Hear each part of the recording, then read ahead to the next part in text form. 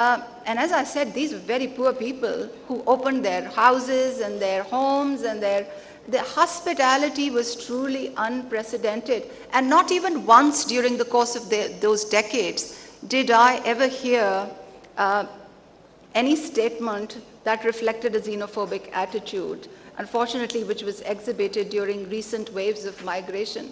So I think as a starting point, we should recall, and Secretary General was very generous in acknowledging Pakistan's contributions this morning when he so eloquently spoke. So I think that there's that dimension of hospitality before we talk about now and what we can do that we need to put in perspective.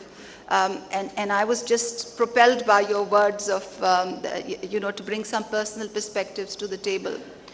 What do we do now?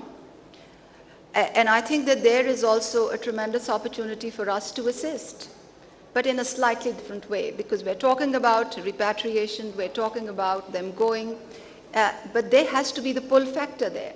They have to go back to something that's worthwhile. And I completely hear you, and I completely, because the word of peace is resonating loud. So peace brings investments coupled with the government's ability to accrue benefits equitably will create the job opportunities, and that will make it worthwhile for the Afghans on our side of the border to go back, and that's accepted. But what is it that you can catalyze for the bottom of the pyramid? And that's where the Pakistani experience these days can come into play quite significantly. Because our Prime Minister has a signature initiative called ESAS.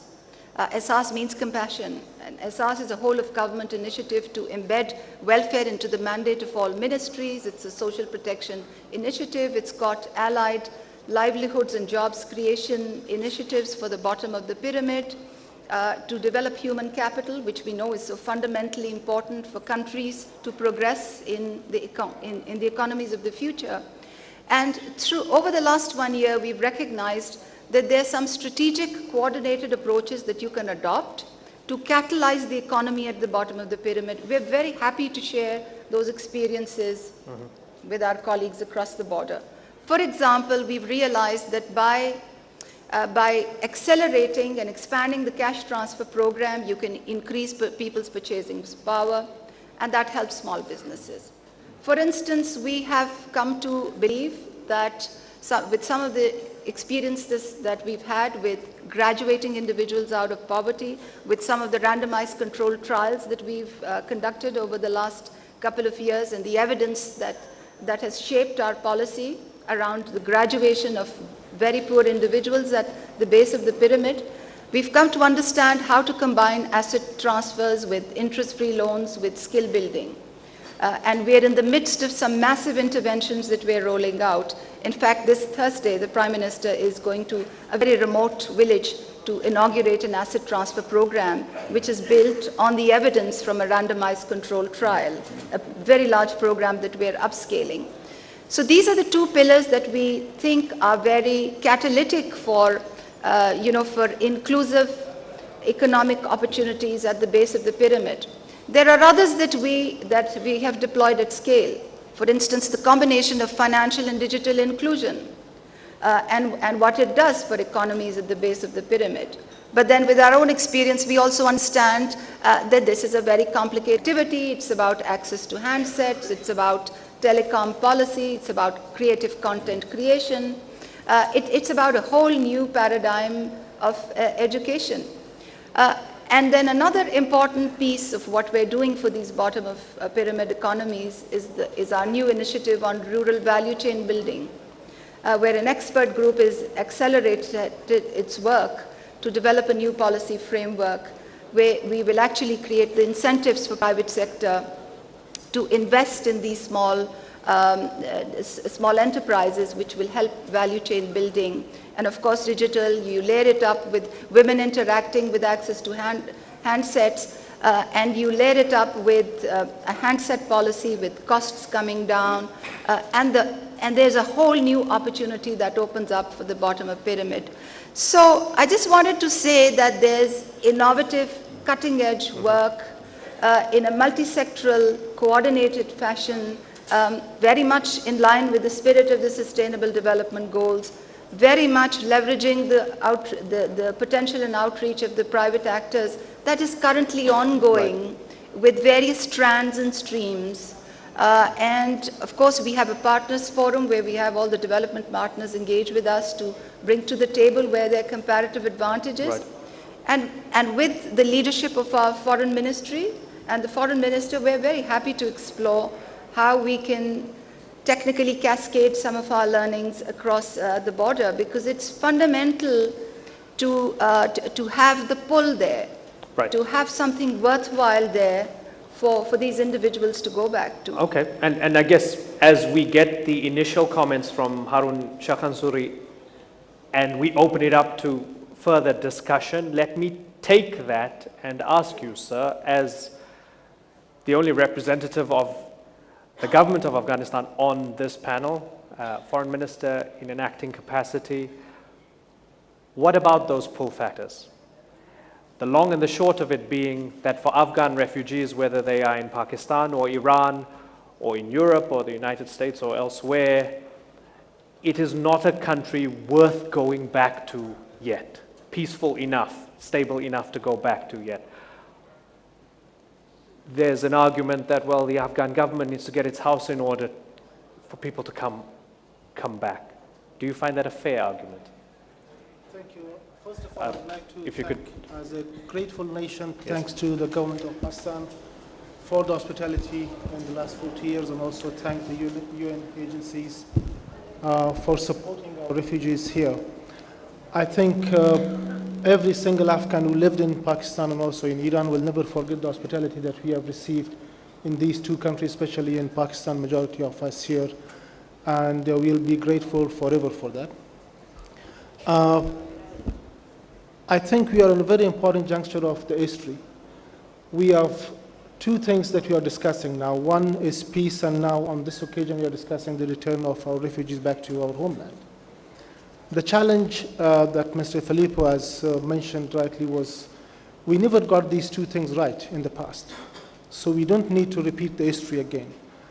Our proposal is that we should get our acts together and we should get these two issues right this time. Therefore, our proposal is that, and this has been discussed with officials of Islamic Republic of Pakistan as well, 2 years ago when ex-Prime Minister Khaqan Abbas visited Kabul and also in different occasions. We do want our refugees to repatriate to Afghanistan back, gradual, and that's what we agreed as well. And for that, we are proposing we should work together. The two governments, Pakistan and Afghanistan, we should work together to have a comprehensive, gradual program for the repatriation of the refugees, which will, of course, consider the pull factors as well, and I'll come to the pull factors in a moment as well, which will discuss every and each single detail, and then we would like to propose that program to be supported by international agencies like UN. I think that's the only viable solution, because if we are talking in silos and we have our own plans in different organizations or countries, and we are not involving the two countries who are the host country and the refugee country in the population here, we will not have a sustainable approach to this, and I'm afraid that we'll be repeating the history again. We are thankful for the support that we have received from the Pakistani side as well, and thankful to Foreign Minister Qureshi mentioning it again that they are supportive. This is exactly what we want. We want Pakistan to be our partner in peace process. Without Pakistan being our neighbor and hosting us for 40 years, I think peace may not be possible. So there might be a lot of difficult topics that we may need to discuss between the two countries. And that should never be considered as a blame game. I think there are issues, difficult topics, and discussions that we need to take place in order to put an end to the 40 years of crisis also in Pakistan that you mentioned, and also the at least 4 decades of war in Afghanistan. The peace in Afghanistan has no loser. It's a win-win for everyone. It's a win of course, for all Afghans first. It's a win situation and winning thing for the region itself.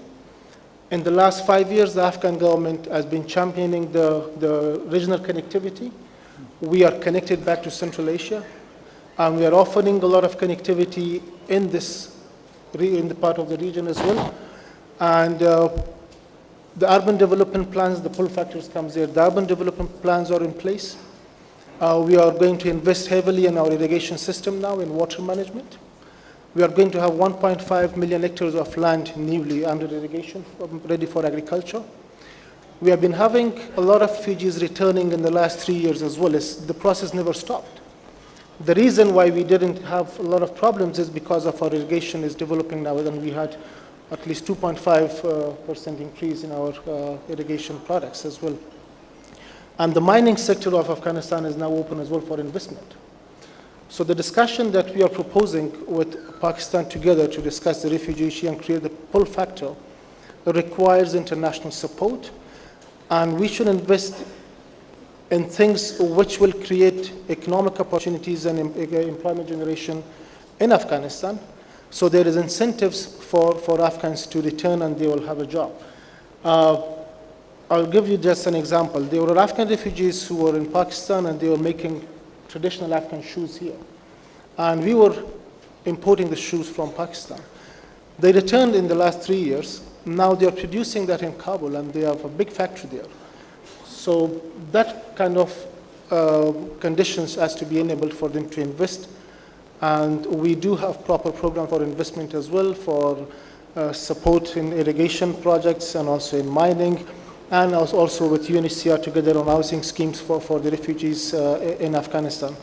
So again, I would like to thank for convening this very important conference.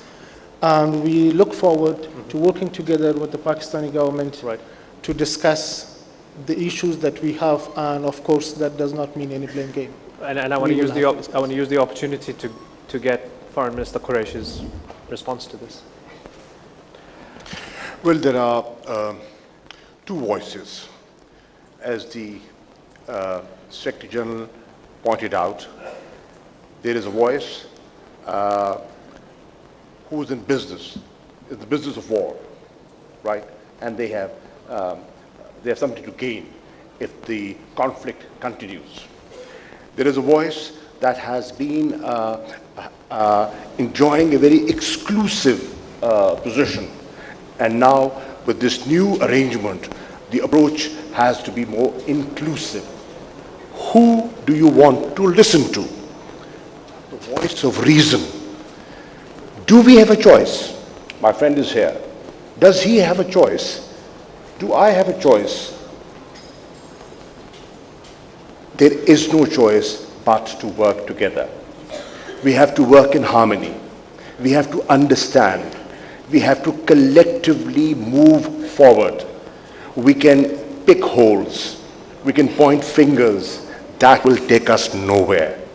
I think the time has come. And the people of Afghanistan deserve peace, stability, and a bright future.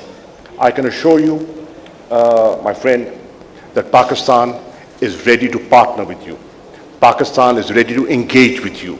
And Pakistan will have a very positive, constructive approach. We do not want to look into the past. Our eyes are set towards the future. So that is why. Thank you for coming to Islamabad. Our hearts are open to you. Our minds are open. We do not sit here with a closed mind. And that is why we have appreciated the role, Zal, you've played. We also recognize how important the role of the United States is. But let me conclude by saying, I think the Afghans, the people of Afghanistan, they're sick of war. They want peace. There could be an element that thinks differently, a minority. But the overwhelming majority of the people of Afghanistan are sick of fighting. They want peace. They want to live in peace as ordinary human beings. It's natural, one. The second point is, I think the international community is fatigued. They're fatigued. They have been doling out money. They have been contributing generously. And at times there are views that the money has not been ideally utilized and there has been wastage. You know, So we have to once again mobilize and convince the international community, you have gone that far, a little more help. Post, hopefully, a peace agreement was vital, is of importance for the resettlement, for reintegration. So you have been so generous and you've paid a huge price. Everyone, every nation has. Most of you people sitting here, your countries have contributed. You've done it for 40 years.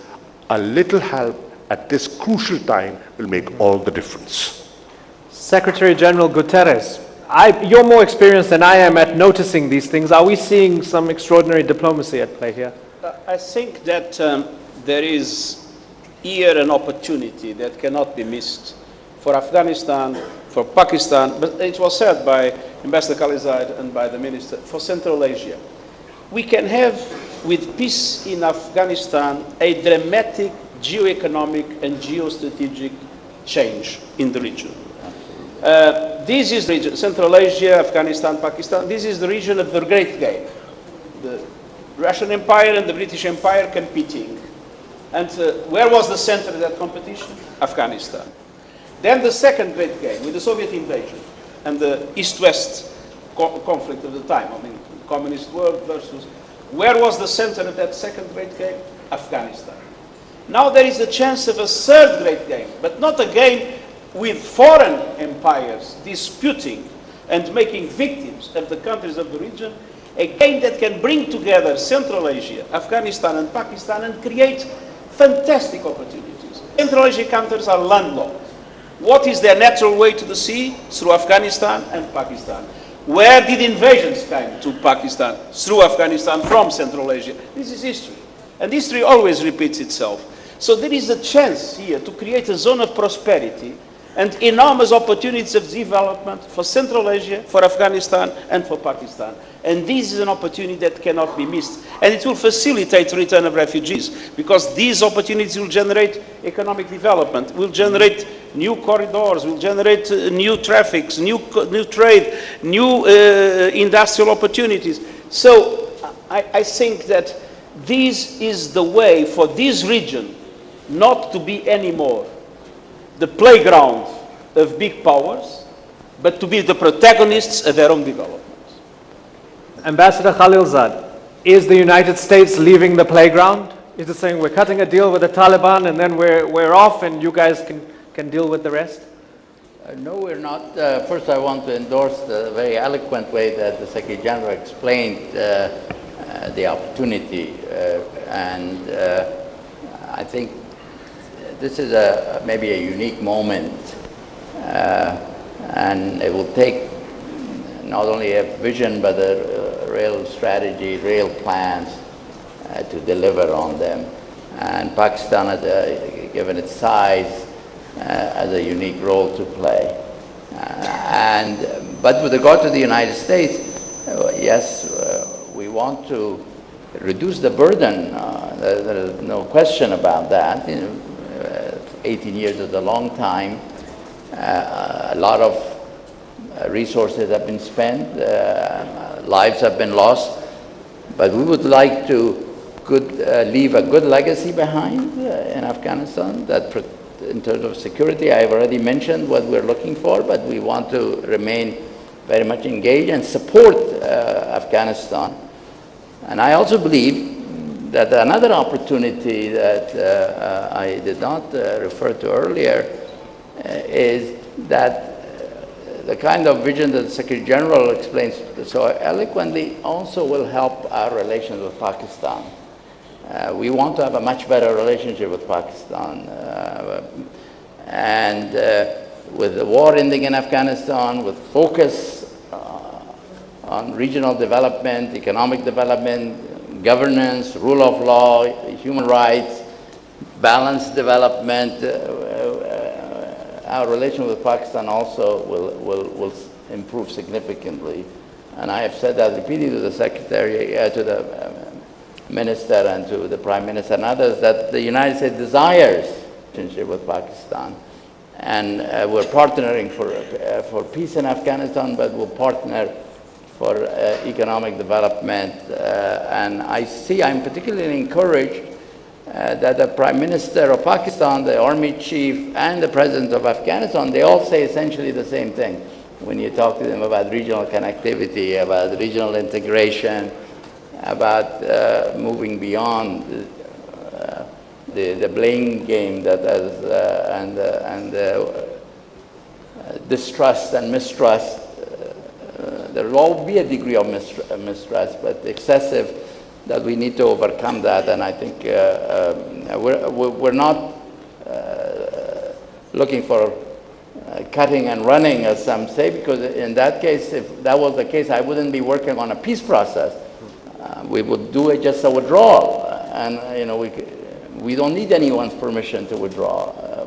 We could do it unilaterally, but all this effort that we have made is to get a peace agreement, not to repeat the mistakes that were made in the 90s, to avoid that. Some of us were around, as we were saying, so we want to learn from that. No, we're looking for a good legacy, and we want to have a stronger relation with Pakistan and to help the region. You saw the Secretary of State traveling to Central Asia recently, talking about some of these issues. Harun, you want to come in? Thank you. I think we are all on the same page, and we do offer to be the center of cooperation, not conflict, as the Secretary General has rightly mentioned. And in the last 5 years, we have taken actions that shows that we want to go through that direction. Our relationship with the Central Asian countries, after 100 years, we are part of the Central Asia again now. And our trade balance with Central Asia has increased 3, 4, 5 folds with Kazakhstan, with Uzbekistan, Tajikistan, Turkmenistan, and others. And that's what we are offering in this occasion as well. We don't want to be a burden, or we don't want to be a aid recipient country anymore.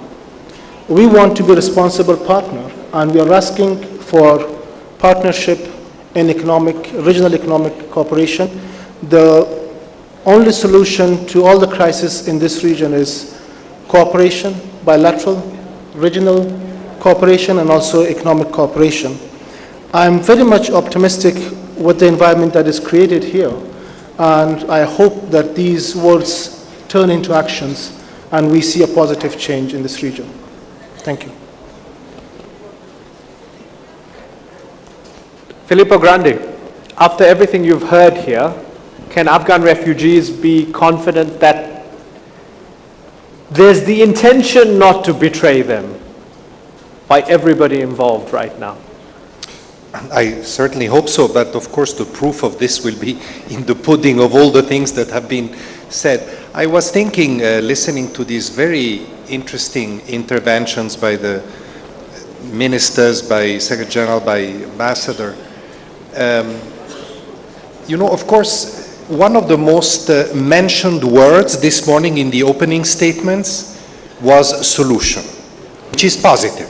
It is great. We want to move towards a solution 40 years after the beginning of this problem.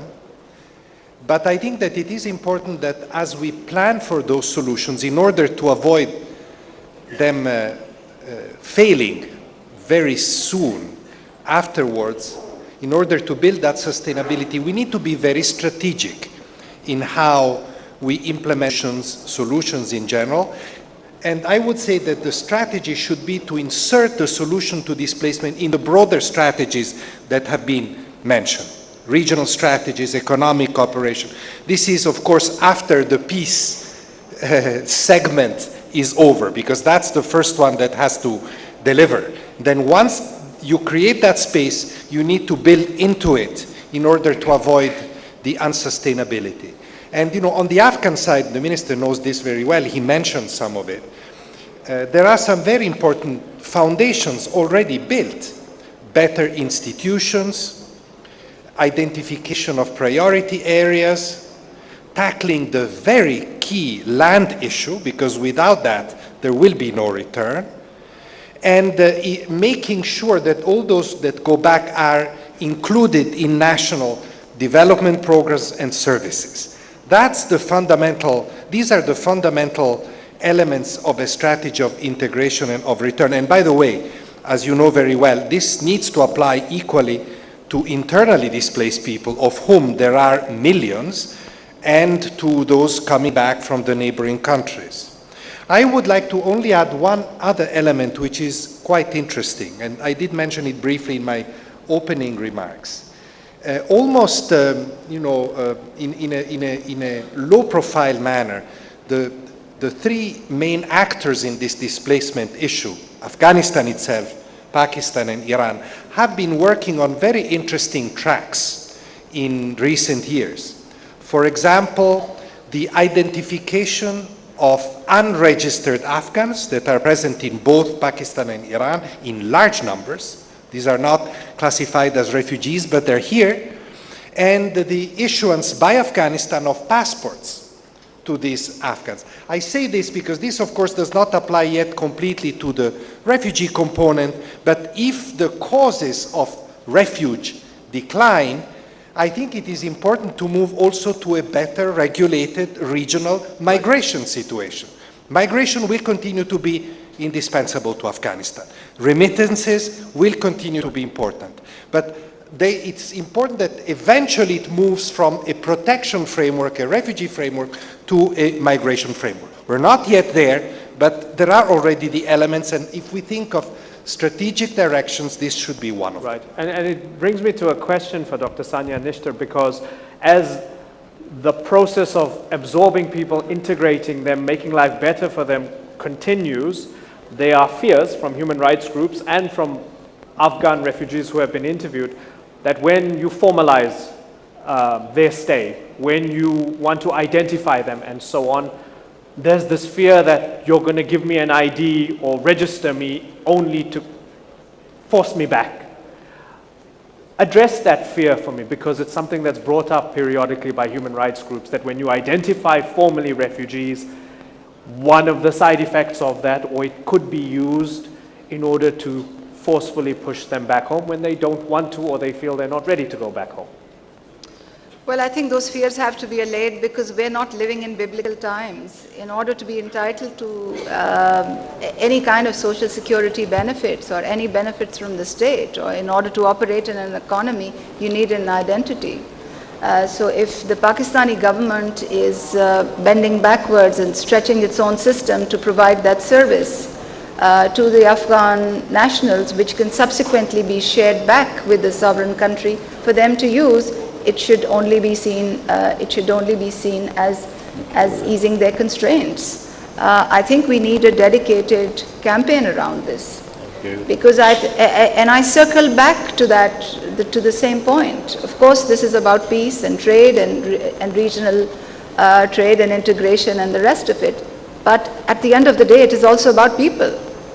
It's about that 4-year-old girl who's been excluded from school, and it's about that 30-year-old mother-to-be who's entitled to have a delivery with a skilled birth attendant. And it's about that informal worker who should be in the formal system. And unless we are going to look at it from a people-centered lens, we're not going to solve the problem. I mean, hearing you all speak reminded me of the Maslow's hierarchy of needs. Yeah. I completely understand that at the base of it is security. So unless there's peace and unless people are secure, they're not going to go back. We've had many failed attempts of international agencies paying them stipends, them crossing the border and coming back again because they haven't felt safe. So peace certainly is a starting point, because we know that that's at the base of the Maslow's hierarchy of needs. On top of it is just food and shelter, and on top of it is economic livelihoods and respect and opportunity. And what I'm sharing with you is that there are ways to galvanize economies at the base of the pyramid. There are evidence-driven solutions which could be deployed. And I think that the international community needs to get out of that mode of thinking about this protracted refugee situation from a humanitarian lens. If we have to look at it from a solutions lens, then we have to look at the 21st century solutions that can really help you jumpstart. I mean, there's digital, and there's technology, and there's connectivity, and then there's this huge wild world of opportunity that it opens for you. I mean, in Africa, the Secretary General will bear me out, we are seeing that countries are going straight to 4G and 5G. They are really leapfrogging to a very different era where solutions in terms of public service delivery, in terms of access to health and education, in terms of so many other things cascade into their mobile phone stacks automatically. If governments invest in connectivity, in reducing the costs of handsets, a few other strategic things will not just galvanize the economy, but will also benefit welfare in a variety of different ways. We need to think about these solutions with a very different lens. For decades, I've heard about Afghans and them as being part of a very big political theater, and that has to change. Right. We need to think of them as people, and we need to deploy the 21st century solutions which the market knows how to deploy. This is no rocket science. It Yeah. just requires a new way of thinking. And it's been a privilege and a pleasure just facilitating this discussion as all these ideas come together and we wrestle with these ideas. I'm going to keep to time so there's no knock-on effect and we don't delay every other session for the coming 2 days. However, I'm going to ask the Secretary General, sir, for you to just to wrap us up, to give a direct message to Afghan people displaced from their country. The message now must be a message of hope. I think that conditions are met for peace to be possible. It's the obligation of political leaders of Afghanistan to do everything for this peace that is possible to become a reality. It's an obligation of all neighbors and of all countries that have been involved to do everything possible to make sure that no spoilers will undermine it. And then, based on peace, to have Afghanistan as the center of a region that is a region that has an enormous potential of economic growth, and then provide for the refugees enormous opportunities, not only to go back, but to go back to a country with a future of peace, prosperity, in the respect of human rights. Ladies and gentlemen, it's been an honor and a pleasure. Thank you very much.